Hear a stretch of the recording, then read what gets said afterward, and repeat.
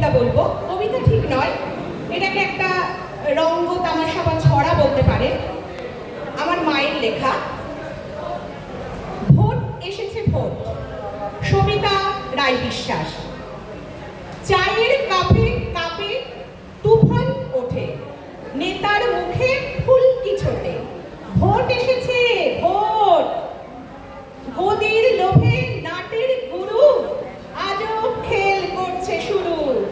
জোট বাঁধছে জোট, নায়িকা দিদি নায়ক দাদা, চওড়া হাসি বুলিটি বাধা, পাকায় মহাঘোর।